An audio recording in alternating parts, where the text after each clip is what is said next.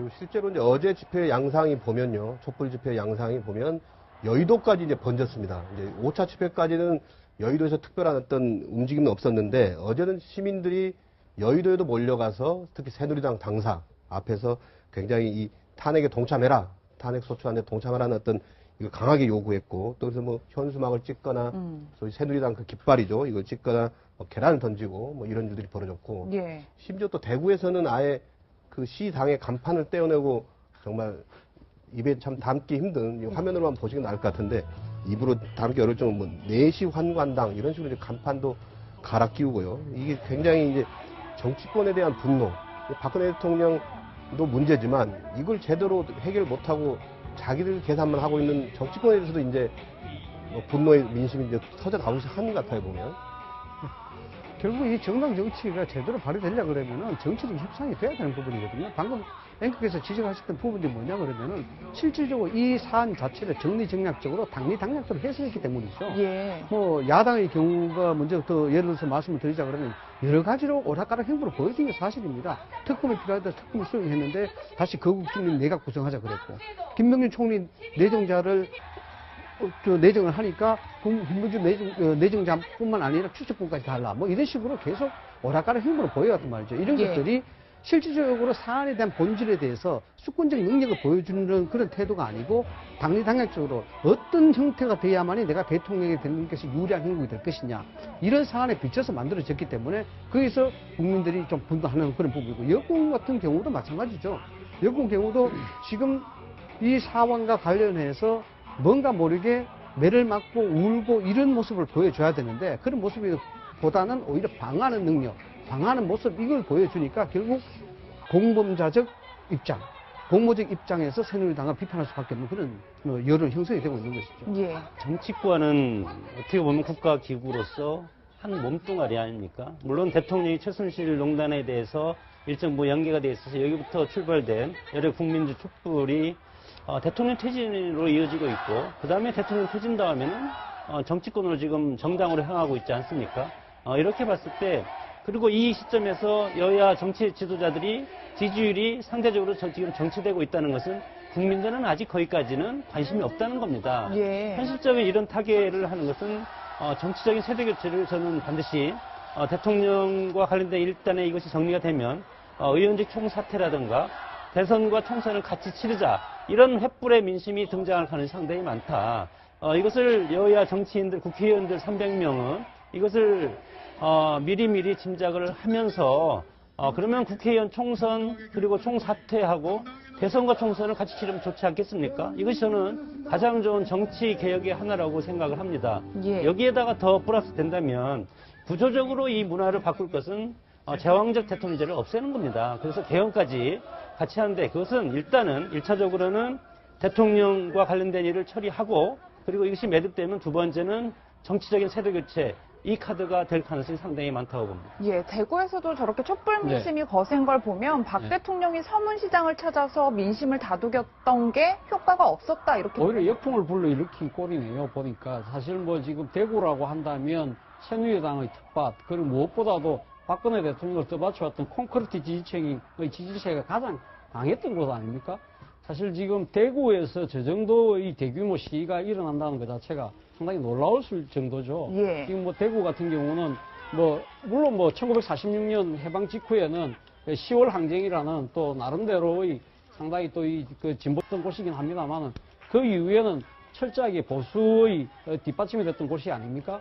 그런데도 불구하고 지금 이제 대구시당, 새누리당 대구시당에 아까 좀 차마 입에 담기 힘든 그런 그 모욕적인 표현이 이 지금 현판을 그렇게 시민들이 갈아치운다는 것은 그만큼 대구의 민심이 지금 크게 분노하고 있다는 거죠. 그 이유는 뭐겠습니까? 결국 기대가 크면 실망이 큰 법 아니겠습니까? 이 지난 2012년 대선을 비롯해서 이 역대 선거 때마다 대구 시민들이 똘똘 뭉쳐서 이 집권 여당을 도와줬는데, 밀어줬는데 그 결과가 이렇게 온 데 대한 그 허탈감이 너무 크기 때문이겠죠. 지금 뭐 사실 뭐 지난 4.13 총선 때부터 대구에서는 약간 민심이 지금 좀 바뀌는 그런 기조는 보였죠. 사실 뭐 대구 12개 지역 중에 새누리당 후보가 아닌 후보가 4명이나 당선되었었거든요. 예. 그런 것들을 보면 대구 민심은 서서히 끓고 있었지만 이 아마 이 끌고 있던 민심을 비등점으로 끌어올린 것은 결국 박근혜 대통령의 과 그 최순실 씨의 국정농단인데 이러한 대구 민심까지 이렇게 바뀐 상황에서 과연 박근혜 대통령이 어떤 답을 내놓을지 저는 그 점이 가장 주목되는 측면이라고 할 수 있습니다. 예.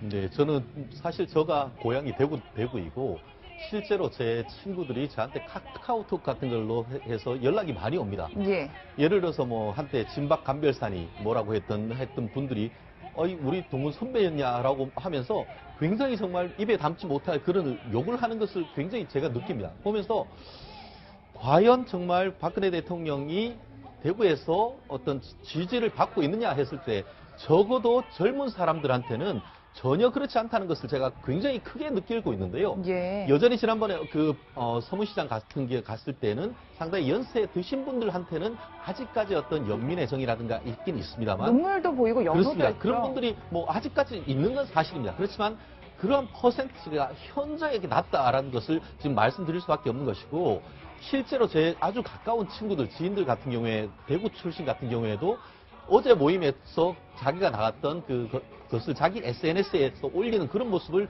굉장히 쉽게 볼 수 있습니다. 그 민심이 대구라고 해서 다르다 한다는 것은 그건 정말 대구 사람들에 대한 어떻게 보면 모욕이라고 할 수 있을 정도로 지금 대구 민심이나 서울 민심이나 그렇게 큰 차이를 저는 개인적으로 전혀 느끼지 못한다라고 얘기를 할 수가 있고 이것을 역사적으로 거꾸로 해서 대구가 그럼 과연 여도냐 했을 때 반드시 그런 건 아시죠? 대구 같은 경우에도 일제시대 때 같은 경우에도 28 학생운동의 구심점이 됐던 것이 바로 대구였던 것이고 그런 흐름은 여전히 지금까지 도도히 흐르고 있다는 저는 단정적으로 그렇게 얘기를 할 수가 있습니다. 예. 근데 사실 이제 두 가지 점에서 말씀을 드릴 수가 있는데 첫 번째 박근혜 대통령이 서문시장 방문한 문제. 이 문제는 좀 긍정적으로 봅니다. 물론 결과가 어떻게 됐든지 간에. 왜냐 그러면은 아무리 세상이 어지러워도 누군가는 손을 키워야 되고 누군가는 밭을 매야 되는 부분이거든요. 예. 헌법상의 대통령이기 때문에 국가적인 재난 상황이 벌어진 상황에서는 당연히 가야 됩니다. 그런 측면에서 이해하고 있고요. 대통령 행보는 단순히 박수나 화면을 받으러 가기 위해서 대통령 행보가 만들어지지 않습니다. 때로는 비판을 받고 도를 막기 위해서라도 행보가 만들어집니다. 이런 것들이 굉장히 중요한데 결국 서문시장의 방문은 어쨌든 전통적 지지 기반 TK 기반에 대한 부분 정서 이 부분도 가늠할 필요가 있었던 것이고 거기서 에너지를 얻고 싶었던 그런 마음도 있었겠죠. 그래서 좀 아쉬웠던 것은 좀 더 긴 시간을 할애해서 면밀하게 검토한 후에 가서 이 프로젝트 행로에 따라서 움직이는 것이 좀 더 아쉬웠지 않나라는 그런 생각이 좀 듭니다. 그래서 예. 그것이 이제 대구 서문시장의 행보를 이제 평가해야 될 부분이고 그다음 두 번째 이제 TK 지역, 대구 지역과 경북 지역 여기가 박근혜 대통령과의 관계죠. 이 두 관계는 일종의 부부 관계입니다. 예. 예, 아무리 잘못해도 내 남편, 내 부인이니까 용서해주겠다. 이런 부부적 관계로 보는 것이 사실상 그 지지도의 결속도입니다. 결속도인데 지금 TK가 어느 정도 지지도가 반등이 됐다고 이야기를 하고 있습니다. 10%까지 그렇죠. 반등이 됐다고 하죠. 이런 것을 그것만 본다 그러면은 이게 그냥 화가 나서 단순히 가출한 게 아니다. 아직 가출한 것이지 이혼한 상태는 아니다. 이렇게 볼 수 있는 것이죠. 예. 그래서 이 부분들이 좀 더 퍼센테이지가 좀 많이 나왔다 그러면은 많이 달라졌겠죠. 왜냐 그러면은 박근혜 대통령이 자칫 사퇴하겠다고 이야기를 했고, 그다음 서문시장 방문했고, 이 부분이 긍정적으로 바로 지지도로 나타난다 그러면은 정치권에도 아마 이 영향이 갈 겁니다. 그런데 그다지 크게 나타나지 않았다는 점. 예. 그래서 그냥 한마디로 표현한다 그러면은 TK 지역과 박근혜 대통령과 관계는 이혼 직전의 상황이다. 라고 보는 게 맞을 것 같아요. 다만 이 부분과 관련해서 제가 한 말씀 드리고 싶은 것이 제가 그쪽 지역의 민심을 들으면은 기존 같은 경우는 어땠습니까? 박근혜 대통령과 아버지인 박정희 대통령을 동일시하는 그런 흐름이 있었다라고 한다고 하면은 지금은 박근혜 대통령과 박정희 대통령을 분리시켜서 보는 그런 민심을 흐를 수가 있습니다. 박근혜 대통령이 저렇게 잘못했다 하더라도 그것이 아버지한테 영향을 미쳐서는 안 된다 하는 그런 민심은 여전히 있습니다.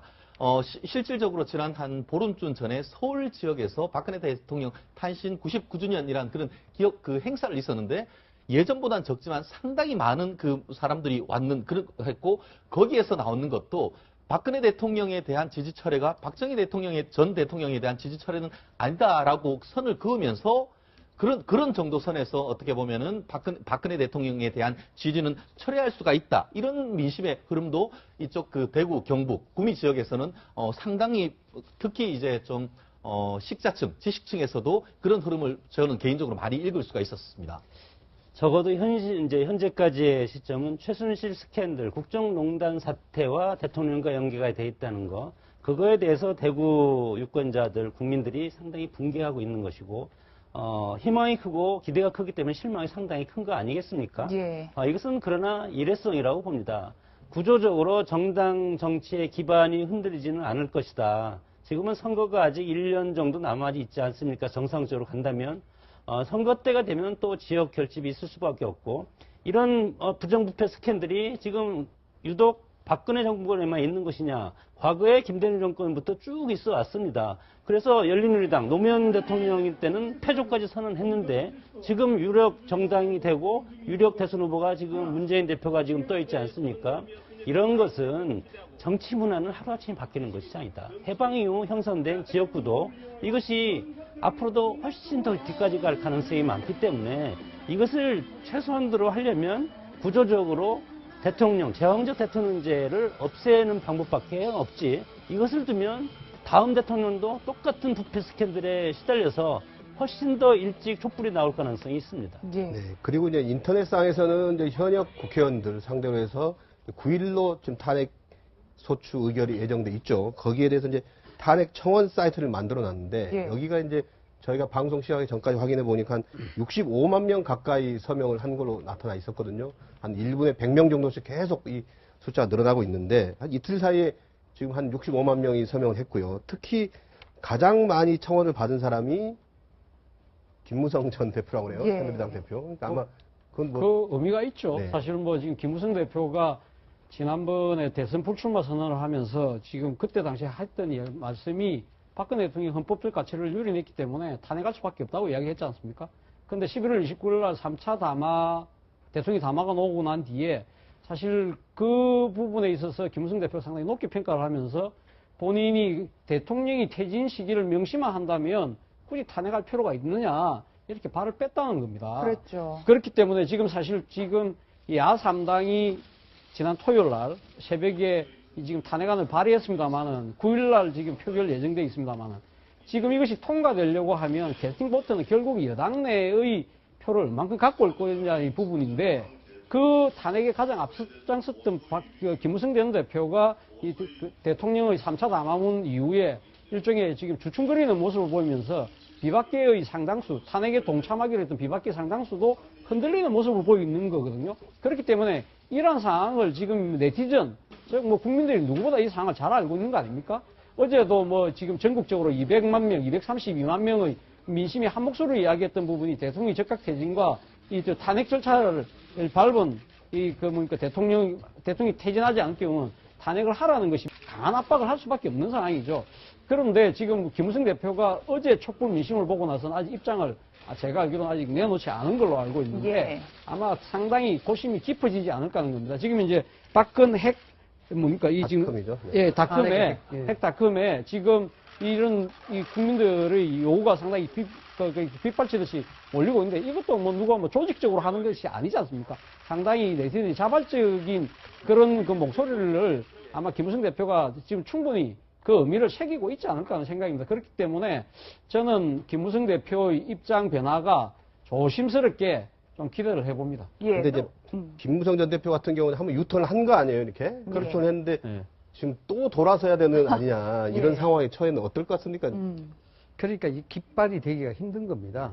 김무성 대표가 대선 불출마 선언할 때 이런 얘기 했지 않습니까? 양극단의 정치를 배제하고 민주주의 협치를 이루는 정치를 만들 때까지 앞장서겠다. 굉장히 멋있는 말이거든요. 양극단의 정치를 배제한다는 것은 결국 그 의미가 뭐냐면 친박과 친노를 배제하겠다는 겁니다. 예. 그래서 민주주의 협치를 가지겠다는 것은 제3지대를 만드는 그런데 결기를 보이겠다는 겁니다. 심지어는 탈당까지도 고려할 수 있는 그런 의미로 해석이 될 수 있는 것이죠. 그런 결기를 가지고 이야기를 했습니다만은 어저께 바로 뭐 얘기가 좀 달라지지 않습니까? 그저께인가요?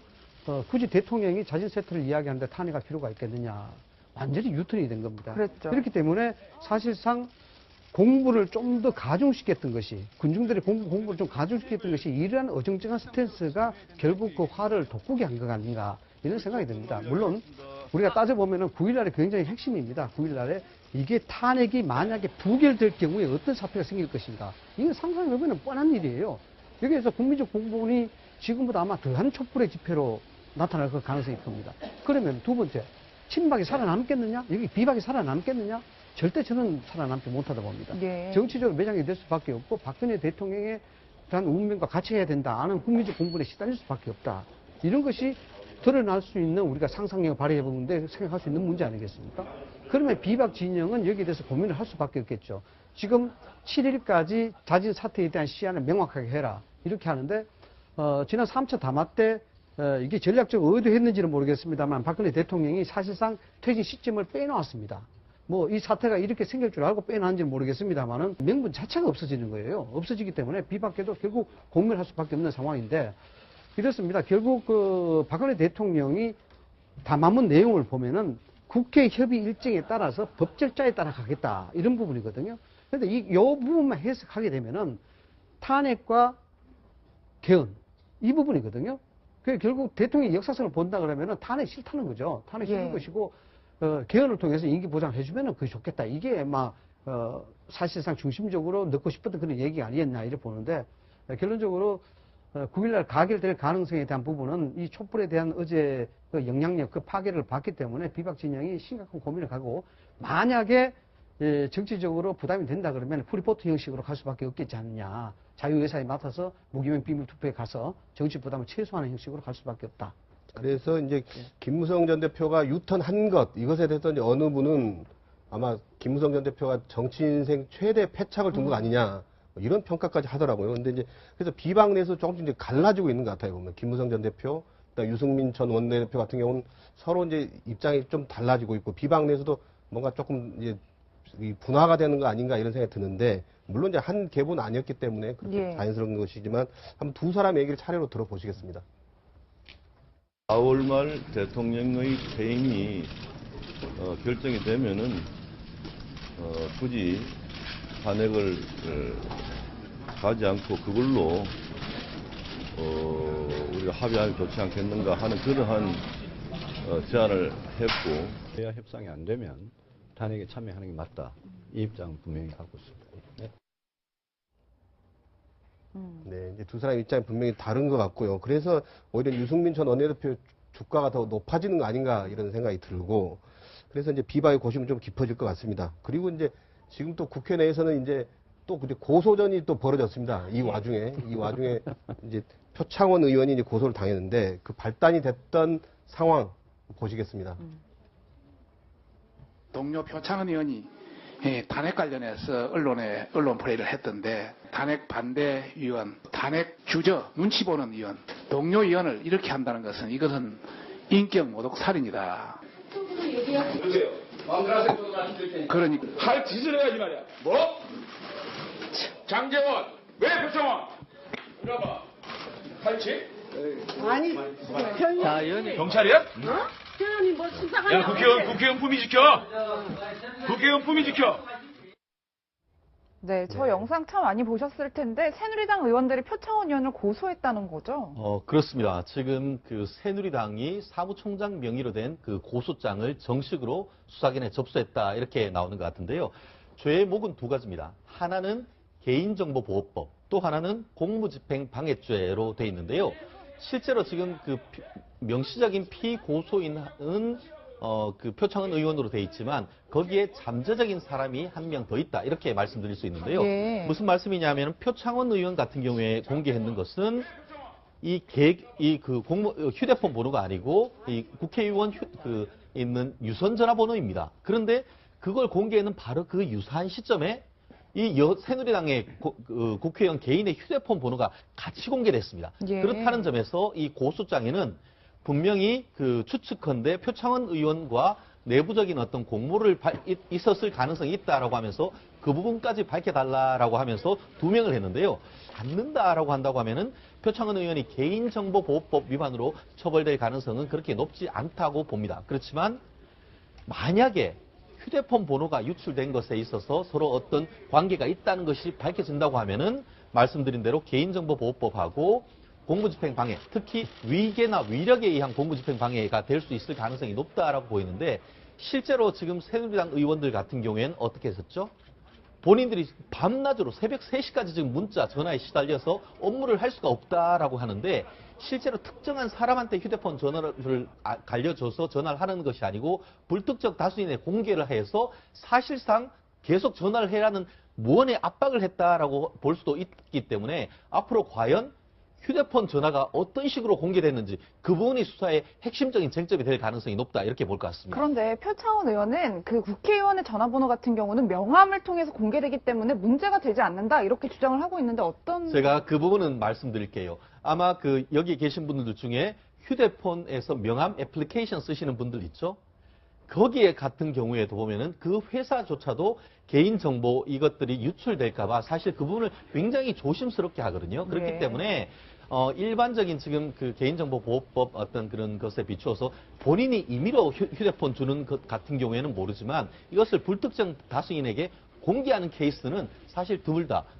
저 같은 경우에도 그 휴대폰 번호가 있는 명함하고 그냥 유선 전화가 있는 명함을 구별해서 주기도 하는데요. 아마 국회의원들도 마찬가지일 겁니다. 그렇다는 점에서 이 부분에 있어 가지고는 물론 공익적인 부분이 있었기 때문에 이것이 업무로 인한 행위, 공익적인 행위라는 것으로 해서 이것은 정당 행위다라고 얘기할 수 있을지는 모르겠습니다만 1차적으로 봤을 때는 적어도 개인정보보호법 위반이 될 가능성이 상당 부분 높지 않을까 그렇게 해석할 수 있을 것 같습니다.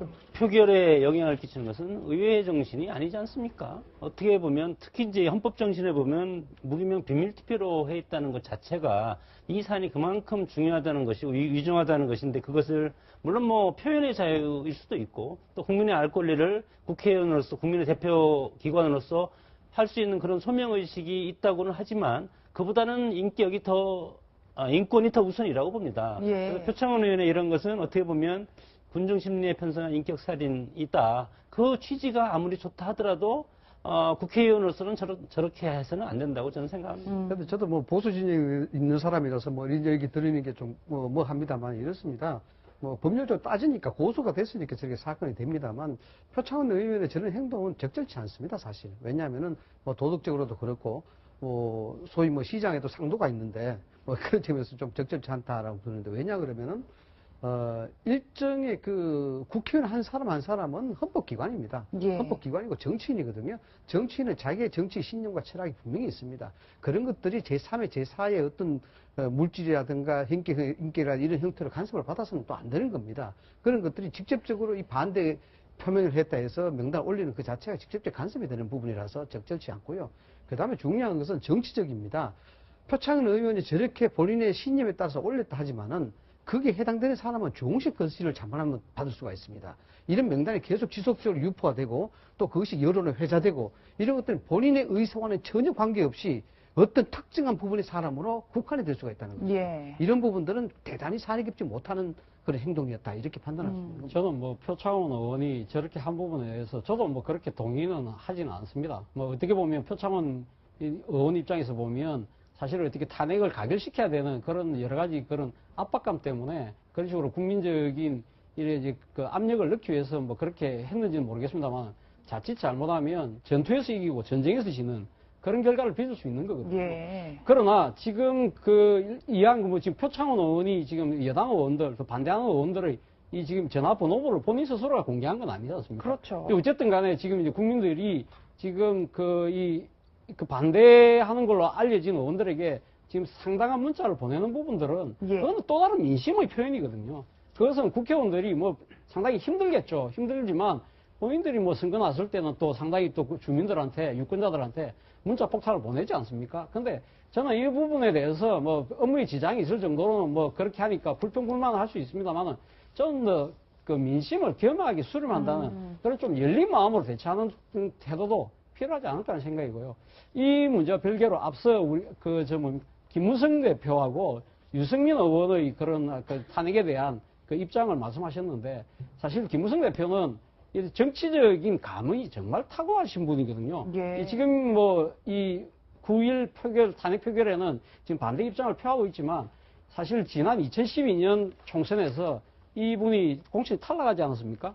탈당 기자회견 30분 전에 돌았습니다. 제가 봤을 때는 아마 그때 당시 김무성 대표가 소위 말해서 2012년 대선에서 좌파 집권을 저지하기 위해서 보수의 공멸을 막아야 된다는 차원에서 본인이 잔류를 선언했거든요.